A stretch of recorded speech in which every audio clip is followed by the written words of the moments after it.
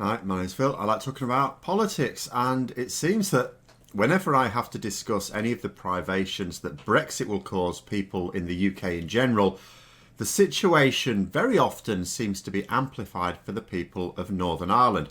And Boris Johnson boasted that they would get the best of both worlds via the Northern Ireland Protocol. But first, if you'd like to be notified of daily news and politics, please subscribe to the channel and click the bell notification icon.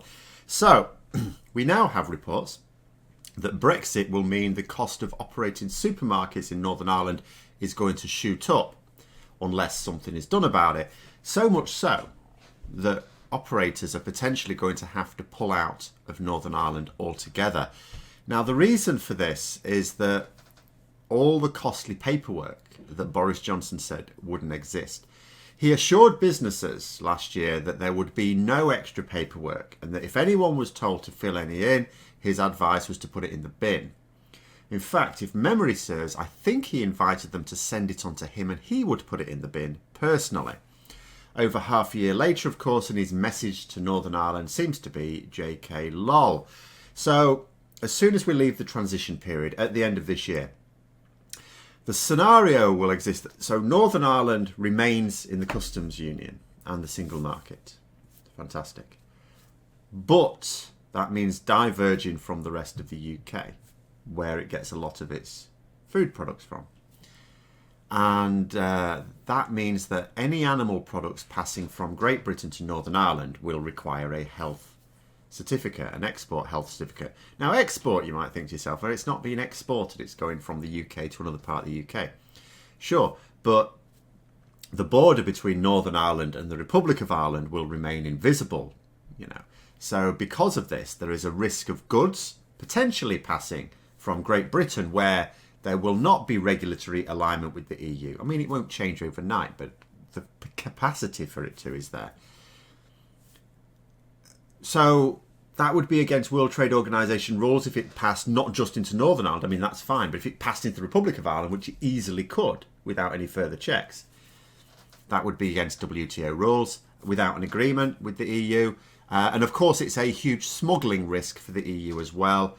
So full paperwork and fees are going to be demanded of anything passing from Britain to Northern Ireland. Now, if the stuff was only ever going to Northern Ireland, because what we're talking about here, supermarkets, we're talking about food products that are coming from Great Britain and are going to be sold and consumed in Northern Ireland, should be fine. But how do you know? You've got a truck going across the Irish Sea. How do you know whether it's just going to Belfast or whether it's going further down to Dublin? That's the problem. So the way this seems to work is you're just going to assume it's been exported. You're going to have to fill in all the paperwork, pay the fees, and you may be able to claim them back later. Now, I am still not sure how you verify that it would have just remained within Northern Ireland. Don't actually know that. Hopefully there is some system. But what it means is that it doesn't matter if you claim it back later or not. You are still going to have to fill in all that paperwork to begin with and pay those fees. So either way, the paperwork, like I said, has to be filled in as if you are exporting to a different country, even if they're not. The forms needed are reported by the Northern Ireland Retail Consortium to cost £200 a product. Then there was an article in the Irish Examiner saying that refrigerated trucks typically carry about 200 different products. Because of the size of the market in Northern Ireland, it's simply not feasible to jam trucks just with one product and send that, logistically that doesn't work. I don't understand how, but it's not. So they have to carry multiple lines on it because of the much smaller amounts of food that go to Northern Ireland. So you've got 200 products in your truck. Each one needs paperwork that costs £200. So that's £40,000 for a truck. Just one truck. And if there's another truck, even if it's identically loaded, it's a different truck, so it needs its own paperwork. £40,000 for every truck full of goods passing from Great Britain to Northern Ireland. Foodstuffs. But that is the bulk of freight that passes between Great Britain and Northern Ireland. So in this scenario, you have companies, for for example, such as Tesco, that get most of their stock from Great Britain. That is going to mean operating at a loss because they're not making so much money that they can absorb those costs, £40,000 for a truck. It's not feasible. So the knock-on effects on this are fairly obvious, even someone like me who is not an industry insider. So if those companies are to continue operating as normal, then much of that cost is going to have to be added to the cost of the goods, if not all of the cost. That means a population where, just like in many other parts of the UK, a good chunk of it are not exactly wealthy, are going to have to pay more for their food. Second thing is, so let's say it's not feasible to just jack up the prices to absorb these costs, which, I can't imagine it is. Those supermarkets will then potentially have to close. There are other options, come to in a moment, but they will potentially have to close. And it's not just a case of other companies moving in to plug the gap, because they still need food. They still need to source the food from somewhere. And at a time when COVID has hit many sectors, it's not necessarily like you could just look south for other suppliers, because food production has been hit by COVID as well. The third thing, so if food can't be transported from Great Britain to Northern Ireland in a financially viable way, then those British-based food producers are also losing markets, losing customers for their goods as well. So you have a knock-on effect here in Great Britain too.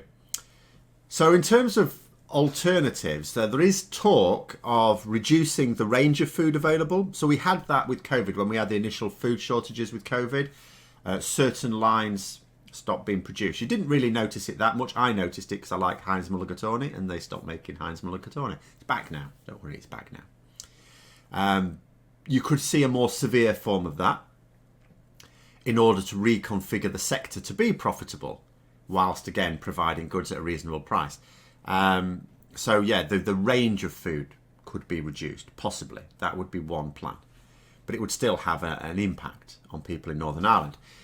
So what's the solution to this? Because the problem is purely caused by this expensive paperwork. So the Retail Consortium seems to be pushing for an agreement that would see a trusted traders scheme. So like, these people, look, they produce the stuff to the right standard. They're delivering this stuff. They've always have done. It's fine. Can we have some sort of certification that says that they're trusted and that they can pass across without all this expensive hoo-ha? Now, the problem for me, and this is my take on it. This is not what I'm getting from industry insiders, because I've not been able to see any follow-up on objections to this plan. But I can see some objections to this plan.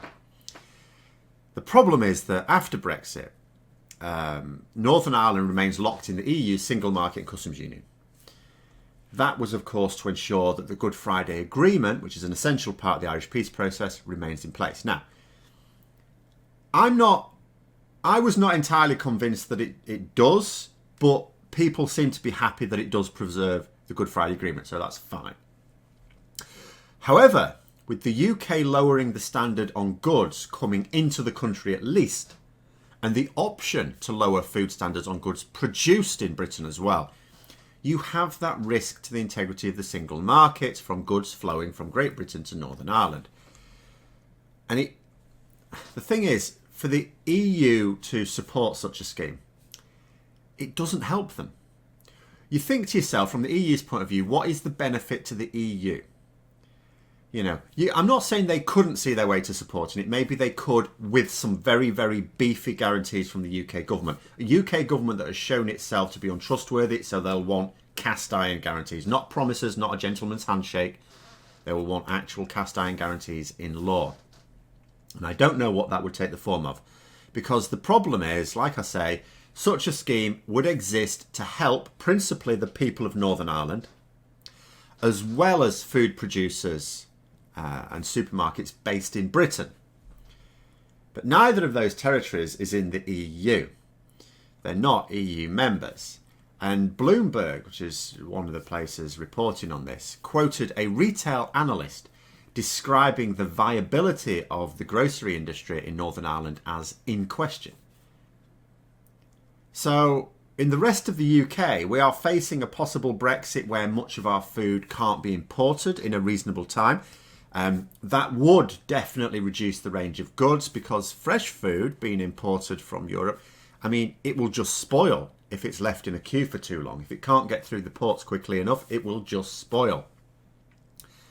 I think the government are starting to come along with sort of plans to try and prioritise those sort of things, but I'm not sure entirely how they would do that.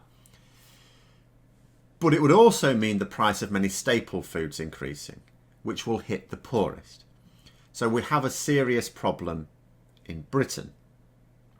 But there is no suggestion that in Scotland, England or Wales whatsoever that supermarkets will stop trading, that they will just close down. You know, we will suffer shortages. Those shortages will hurt the poorest. What we're talking about in Northern Ireland is an existential threat to many grocery suppliers, with, you know, far worse knock-on effects for the general population. I mean, the only silver lining I really see in this is the worse the outlook looks, you know, for things, especially for basics like food, the more of an imperative there has to be for the UK government to actually agree something. I know at the moment you look at the trajectory and you say, it looks like we're not going to get any agreement on anything. But that would be so disastrous that the government surely could not survive that. I mean, yeah, sure, people in the UK, we put up with an awful lot of crap. I'm constantly getting people from France telling me, oh my God, if anything like this was happening, you know, there would be rioting. Yeah, France, their revolutionary past means they don't take any shit. We take an awful lot of shit in this country. We don't exactly rise up. We grumble at our cornflakes instead. That's the way we deal with these things. And then vote the lunatics we're grumbling at back into power. But any society has its tipping points. And severe food shortages, whether caused by transport delays or crippling export fees, will still inevitably hit so many people that the government simply won't be able to ignore it. And it's quite clear to me that we are going to have severe friction in our trade with all of our neighbours in a few months. There's not going to be a free trade agreement. That's gone. But the government will surely have to agree something to at least maintain some normality with food and medicine supplies. If not, then this Conservative government will know what comes next, because they commissioned a report into what comes next under those circumstances. Operation Yellowhammer. So those are my thoughts. Let me know yours in the comments below. Hope you found the video interesting. If you did, don't forget to click the like button. And if you'd like to support the channel further, please also click the Patreon link for details. And until next time, I will see you later.